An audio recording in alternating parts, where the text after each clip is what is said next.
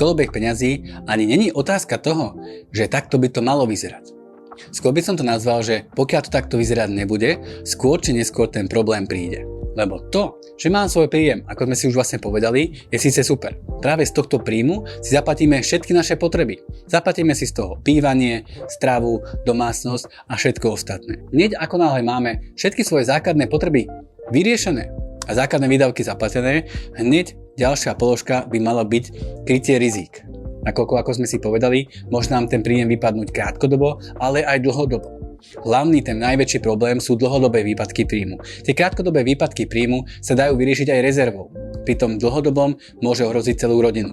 Poďme sa spolu pozrieť na to, ako by to malo vyzerať. Dokonca by som nazval, že nie, že takto by to malo vyzerať.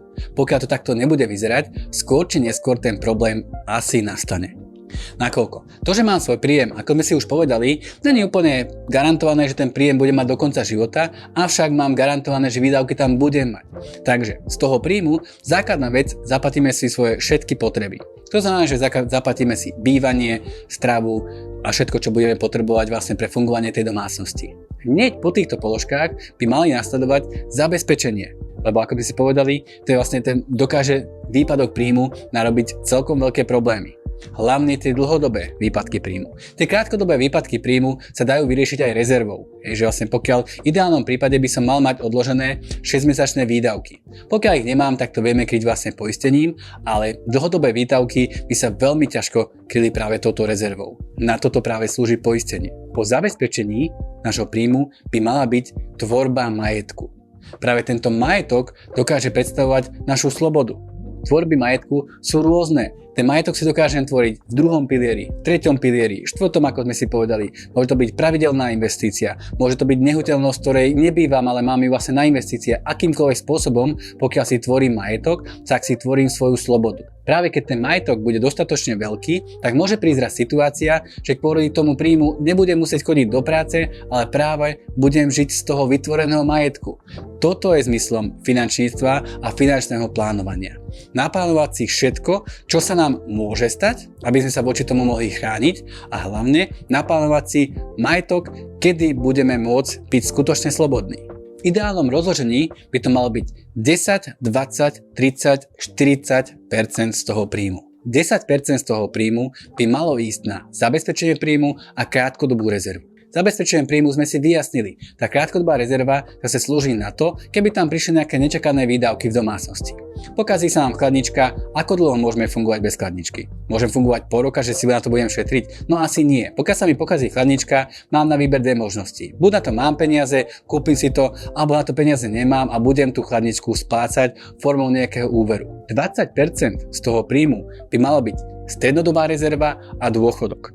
Strednodobá rezerva na veci, ktoré viem, že v budúcnosti ma budú čakať, nejaké výdavky, lebo viem, že keď v budúcnosti chcem mať vlastné bývanie, no tak budem potrebovať vlastné dofinancovanie, možno nejaká prerábka, zariadenie. Keď viem, že v budúcnosti budem chcieť mať rodinu, viem sa na to pripraviť. A takisto si uvedomujem, že nebudem vždy mať toľkoto energie, asi ako 60-ročný človek nebudem asi až toľko vládať, tak sa na to začnem teraz pripravovať, aby som v budúcnosti sa nemusel toľko naháňať. 30% z toho príjmu by mala byť maximálna splátka úverov. Pokiaľ tie úvery nemám, tak automaticky preklápame týchto 30% do tej strednodobej rezervy a tým pádom aj v budúcnosti nebudem potrebovať tak veľké úvery.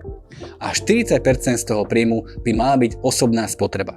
S tým si robím čo len chcem, chodím z toho na diskotéku, chodím sa z toho zabávať, na večere, to sú moje peniaze, ktoré si môžem užívať. Ale až keď mám tieto prvé tri veci vyriešené. Pokiaľ to nemám vyriešené, tak ten prvý problém, keď sa mi celý život nič nestane, že fakt vlastne nebudem chcieť aj riešiť ani bývanie, nič podobné, tak ten prvý problém môže nastať vtedy, keď budem chcieť ísť na dôchodok.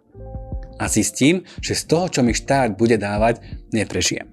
Keď medzi tým si budem chcieť kúpiť niečo väčšie, napríklad bývanie a nebudem pripravený, tak sa mi kľudne môže stať, že skončím možno v podnájme, respektíve vlastne u rodičov, lebo proste tá banka mi nedá v takej výške vlastne tú hypotéku, respektíve to bude pre mňa nemožné financovať. Ale keď medzi tým by som utrpel možno nejaký vážnejší úraz, tak celá naša domácnosť a vlastne celý náš život sa môže rozpadnúť ako domček z kariet. Preto zdôrazňujem, že ono by to ani nie je nastavené, že takto by to malo byť. pokiaľ to takto nebude, pokiaľ vlastne človek celý život nebude tvoriť žiadne rezervy, nebude zabezpečenie, vôbec nič, s veľkou pravdepodobnosťou ten problém môže nastať.